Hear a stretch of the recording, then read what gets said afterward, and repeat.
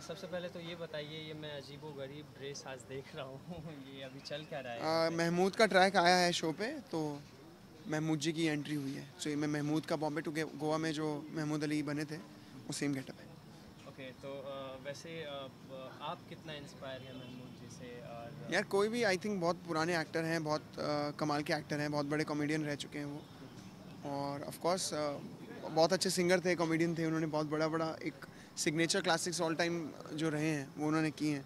तो I think all of us in our lifes, actor non actors, सभी inspired हैं, सभी उनके सॉन्ग्स में मस्ती करते हैं। तो महमूद जी की रियल लाइफ को आप आज जी रहे हैं, जी, तो आपको कैसा फील हो रहा बहुत अच्छा लग रहा है। है? ओके, और ये जो यूनिफॉर्म का ये गेटअप है, इसको पहनने में तकलीफ आ रही है? गर्मी लग रही है बहुत, क्योंकि अंदर पूरा स्टफिंग पहनी हुई है, अंदर बहुत वो है, ये पूरा वन पीस है नीचे से ऊपर तक। ओके, ये नहीं, इसके नीचे जो मैंने पहना हुआ है मोटा दिखने के लिए, तो उसमें पूरी स्वेटिंग हो रही है, बहुत गर्मी लग रही है। तो कहानी कुछ बताइए कि अभी क्या चल रहा है? कहानी के बारे में तो आप ही बताओगे ना, कहानी के बारे में क्या? कहानी के बारे में तुम बताओगे नहीं। अरे बताओ ना यार।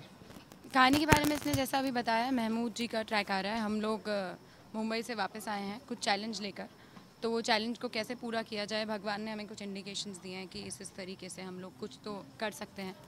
तो इसीलिए ये महमूद जी बनकर मुंबई को मथुरा लेकर आने का सोच रहे हैं। कि वैसे अभी इंडिपेंडेंस डे आ रहा है, तो इसको फर्स्ट को आप क्या मैसेज? खुश रहें, दूसरों को भी खुश रहने दें, दूसरों की हेल्प करें, कचरा ना फैलाएं। स्वच्छ भारत जो मोदी जी ने बोला है, प्लीज़ आप रास्ते में चलते फिरते जो भी खाते पीते फेंकते हुए चले जाते हैं वो सब ना करें। अपना इंडिया है तो साफ़ रखें अच्छे से, वरना हम ही लोग हैं जो बाहर के एग्जांपल्स कोट करते हैं कि यार फॉरेन इतना क्लीन रहता है। तो आई थिंक हम लोग अगर सब लोग सोचें तो हम लोग भी इंडिया को उतना क्लीन कर सकते हैं। और आई एम श्योर बहुत सारे लोग ऐसा करते होंगे, पार्टीज़ होती हैं या डेली बेसिस पे खाना बहुत सारा फेंक देते हैं ज़्यादा बनाकर। तो मेक श्योर कि अगर आपके घर खाना ज़्यादा बन गया है तो आप हेल्प करें आसपास। हम इंडिया में ऐसे काफ़ी लोग हैं जो रास्ते पे खाना मांगते हैं या खाना नहीं मिलता उन्हें ठीक से 2 टाइम का, तो खाना फेंके नहीं, जितने लोगों की हेल्प कर सकते हैं उतने लोगों की हेल्प करें। तो आप दोनों किस तरह से सेलिब्रेट करने वाले हैं? वैसे अगर शूट नहीं होगा उस दिन तो बैठेंगे, परेड देखेंगे, वो सब करेंगे। परेड तो होती नहीं है 26 जनवरी को। अभी कहा कि हमने अभी हेल्प करने का सोचा, तो अभी आपको बोलते बोलते मुझे रियलाइज़ हुआ कि हाँ हम भी कोशिश 15 करेंगे। अगस्त को कुछ इंडिपेंडेंस डे पे कुछ करेंगे ऐसा, कुछ जैसा अच्छा मैम ने कहा है। करेंगे। सबसे पहले तो मुझे ये बताइए सर, क्या चल रहा है अभी स्टोरी में, थोड़ा सा कुछ इसके बारे में मुझे बताइए। स्टोरी में जो चल रहा है सब पब्लिक तो देख ही रही है। अच्छा, आगे का भी चाहते हैं बता दो? थोड़ा बहुत पता चल जाए तो पब्लिक को और सपोर्ट मिल जाएगा कि ये होने वाला है, तो थोड़ा सा और टीआरपी बढ़ जाएगी। एक्चुअली अभी अभी बहुत ही ज़्यादा टर्न एंड ट्विस्ट आ गया है कहानी में। और कुछ कुछ चीज़ें अभी परिवार के अंदर ही हो रहा है, क्योंकि हम लोग टीटू मुंबई गया था, हम लोग लेके गए थे टीटू को मुंबई, और मुंबई से वापस फिर मथुरा आ गए। अभी वो तैयारियां चल रही है कि मथुरा मुंबई को लेके आया जाए। टीटू को देखा गया था कि वो महमूद साहब वाले गेटअप में थे, क्या चल रहा है?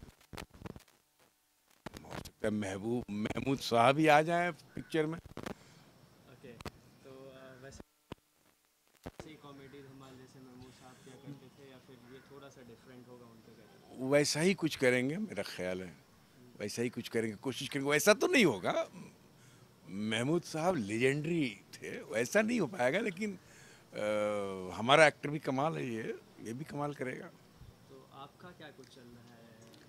मैं उसी में लगा हुआ हूँ कि मतलब उसका सपना पूरा हो, क्योंकि जो ड्रीम था हमारा, हम इधर आ जाते हैं, इधर आ जाते हैं। हमारा कुछ बने और फेलियर होकर गोविंद नारायण आ गए।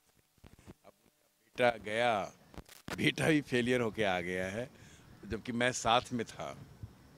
और तो अब बेटे ने चैलेंज कर दिया है वहाँ के एक प्रोड्यूसर को कि अब मथुरा ही पूरी मुंबई आएगी, हम मथुरा से कुछ ऐसा करेंगे, तो वही कुछ कमाल करने में लगा हुआ है। वैसे नॉर्मली लाइफ में फेलियर होना कितना इम्पोर्टेंस रखता है? फेलियर तो एक स्टेप है, एक सीढ़ी है। अगर फेलियर ना हो तो आदमी ऊंचाई नहीं छू सकता, इसलिए जीवन में फेलियर होना बहुत ज़रूरी है। अगर सक्सेस ही सक्सेस मिलता चला गया तो पता नहीं चलेगा कब धड़ाम से नीचे गिरा और कमर की हड्डी टूट गई। आखिर एक जो मेहनत करने वाला आदमी होता है, जो जी तोड़ मेहनत करता है, वो कितने बार फेल होता है तो वो थक जाता है? एक कुछ अंदाजा या फिर ऐसा? नहीं, फेल करने वाला आदमी कभी थकता नहीं है, पहली बात। पहली बात, फेल करने वाला आदमी कभी थकता नहीं है। दूसरी बात, जितनी बार वो फेल होता है वो उसके चौगुना स्पीड से फिर आगे बढ़ता है जब वो सफलता पाने लगता है। तो ऐसा नहीं है कि फेलियर होने से हतोत्साहित होना है। फेलियर एक प्रकार का अपने आप में बहुत बड़ा सक्सेस है। उस फेलियर में सक्सेस कहीं ना कहीं छुपा हुआ है। तो इंडिपेंडेंस डे आ रहा है इंडिया में, क्या एक बिल्कुल। मैसेज देना चाहेंगे पूरे देशवासियों को आप? मैं तो बिल्कुल स्वतंत्रता दिवस सबको बहुत शुभकामनाएं स्वतंत्रता दिवस के लिए। और लोग अपने आप को आज़ाद महसूस करें, गुलाम महसूस न करें। मुंह खोलें सिर्फ रोटी खाने के लिए नहीं, बल्कि कुछ बोलें भी। आसपास क्या चल रहा है, देश में क्या चल रहा है, राज्य में क्या चल रहा है, उस पर प्रतिक्रिया भी दें, मुंह बंद न रखें। तो आप किस तरह से सेलिब्रेट करेंगे इंडिपेंडेंस डे को?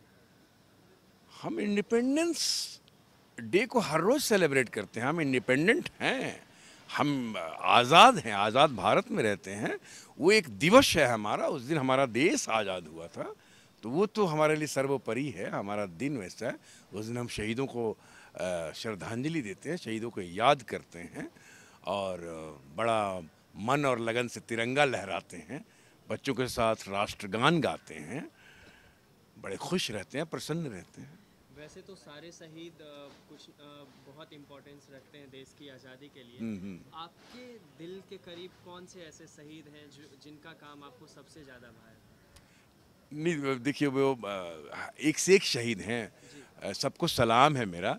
लेकिन चूंकि मैंने चंद्रशेखर आज़ाद का रोल किया था the legend of Bhagat Singh में, तो चंद्रशेखर आज़ाद के बारे में काफ़ी पढ़ा था, काफ़ी जाना था, काफ़ी गहराई तक। तो वो मेरे दिल के बड़े करीब हैं और वो एक चुनौती थे अंग्रेज़ों के लिए, एक दहशत थे और कमाल शहीद हुए वो हमारे यहाँ के। आजकल के जो न्यू जनरेशन है उनको आप क्या मैसेज देना चाहेंगे? क्योंकि इंडिपेंडेंस डे भी आ रहा है और नॉर्मली लाइफ में वो देश के लिए कैसे करें, इवन सभी अपने अपने वर्क में बिजी होते हैं, तो उनके लिए आप क्या एक मैसेज देना चाहेंगे युवा पीढ़ी को? युवा पीढ़ी को मैं यही मैसेज देना चाहूँगा कि स्वतंत्र भारत में रहते हैं, इस आज़ादी की कीमत समझें, क्योंकि आज़ादी आसानी से नहीं मिली है और इसके लिए हमारे देश के जितने क्रांतिकारी थे सबने शहीदी पाई है, अपना बलिदान दिया है। और उन बलिदान देने वाले उन क्रांतिकारियों का महत्व समझें, उनके बारे में जानें, जो कि नई पीढ़ी में काफ़ी लोग भूलते चले जा रहे हैं। कई शहीदों का नाम भी नहीं जानते। ये बड़ी ही शर्म की बात लगती है। तो नई पीढ़ी को ये बताना भी बहुत ज़रूरी है। लेकिन चूँकि ये भी इसमें नए जनरेशन को, मैं नई पीढ़ी को मैं दोष नहीं दूंगा, इसमें मैं दोष दूंगा अपने देश का जो सिस्टम है, जो राजनीतिक सिस्टम है ख़ासकर, वो जो एक ढांचा है, वो उस ढांचे ने बहुत कुछ ख़राब करके रखा हुआ है। तो ये राजनीतिक सिस्टम सुधरेगा कैसे और किसके थ्रू सुधरेगा, इस पे भी आप थोड़ी सी टिप्पणी करें। नहीं, वक्त आएगा तो वो सुधर जाएगा। ये बहुत ही बृहद विषय है। लेकिन वक्त को लाएगा कौन सा? देखिए, वक्त आता चला जाता है, वक्त आता है और जाता है, वक्त को कोई लाता नहीं है। वक्त तो चल ही रहा है। तो कुल मिला के आप यही कहना चाहते हैं युवा पीढ़ी को कि आप इंतज़ार करें, अपने आप अच्छा हो जाएगा? नहीं, इंतज़ार करने के लिए नहीं कह रहा हूँ मैं तो कह रहा हूँ कि मुंह खोलो सिर्फ रोटी खाने के लिए नहीं, बोलने के लिए भी। अपने आसपास क्या हो रहा है उस पर प्रतिक्रिया भी दो, अपने आप चीज़ें सुधर जाएंगी। दिक्कत यह है कि नई पीढ़ी रिएक्ट ही नहीं करती, प्रतिक्रिया ही नहीं देती, बोलती ही नहीं। सब पता नहीं किस धुंध में छुपे हुए हैं और उन पर उनकी जहन में एक किस तरह की बदली छाई हुई है कि उनको पता ही नहीं है कि क्या हो रहा है, नहीं हो रहा है। क्योंकि एजुकेशन सिस्टम भी एक कमाल का थोपा है, पैसे कमाने वाला एजुकेशन सिस्टम, कि बच्चा अभी +2 हुआ नहीं और उसको तरह की पढ़ाइयाँ दे दो जिसमें वो लाख रुपए का महीना कमाना शुरू कर दे, 50,000 का महीना कमाना शुरू कर दे। और बच्चे का एम्बिशन भी यही है, क्योंकि 25 साल के बच्चे को लाख रुपए 1.5 लाख रुपए का महीना का नौकरी मिल जाता है तुरंत पढ़ाई से। उसको क्या मतलब है बाकी चीज़ों से? मैं क्यों बोलूं? मैं तो ठीक हूँ, मैं तो ना तक कमा रहा हूँ, बढ़िया पहन रहा हूँ, बढ़िया खा रहा हूँ, बाप बाप के लिए कर रहा हूँ। बच्चे इसी में मगन हैं, और जो सिस्टम है वो भी चाहती है बच्चे इसी में उलझे रहे हैं। बाकी चीज़ों में जो हम गलत कर रहे हैं, जो हमारे देश की सिस्टम है, वो चाहते हैं कि हम जो गलत कर रहे हैं उस पर इनकी ये ना हो। क्योंकि युवा पीढ़ी जो है, जो नौजवान जो है देश के, ये बड़े बड़े साम्राज्य को पलट दिया है। जब इन्होंने प्रतिक्रिया दी है, जब ये रिएक्ट किया इन्होंने तो, लेकिन आज गड़बड़ ये है कि रिएक्ट नहीं करते हैं। आज़ादी को इतने साल हो गए और आज़ादी के बाद आज पूरा देश लगभग वेस्टर्न कल्चर एडॉप्ट कर चुका है, तो ये कहीं ना कहीं अच्छा है या बुरा है? इसके नहीं बारे नहीं, में पूरा देश नहीं, ये गलत गलत नहीं नहीं नहीं नहीं, पूरा देश बिल्कुल पश्चिमी ढांचे में नहीं ढला है, बिल्कुल नहीं ढला है। शर्ट पैंट पहनना शुरू हो गए हैं। कपड़ा पहनने से दिल अमेरिकन नहीं होगा, दिल अंग्रेज नहीं होगा, अंग्रेजी बोलने से भी नहीं होगा, दिल हिंदुस्तान का ही रहेगा। और दिल जो है वो शरीर को चलाता है, कपड़ा नहीं चलाता है। दिल और दिमाग जो कहता है शरीर वही करता है। शरीर पे कपड़ा पहन लेने से दिल और दिमाग नहीं चलता, ये समझने वाली बात है। इसलिए पाश्चात्य संस्कृति का असर इतनी जल्दी इस भूमि पे, इस देश पे, इस राष्ट्र पे नहीं हो सकता, क्योंकि हमारी संस्कृति का जड़ बहुत मजबूत है, बहुत मजबूत है। 5000 साल पुराना है ये संस्कृति। इतना जल्दी नहीं। बच्चे जीन्स पहन रहे हैं, थोड़ी सी बच्चियां भी स्कर्ट पहन लेती हैं, ठीक है, लेकिन दिल जो है हिंदुस्तानी है, संस्कार जो है हिंदुस्तानी है। चाहे कितना भी कोई मॉडर्न हो जाए लड़का या लड़की, नई पीढ़ी के, आप जरा बात करके देखिए, हिंदुस्तान की ही झलक है उनकी बातों में, हिंदुस्तान की ही आत्मा है उनकी बातों में।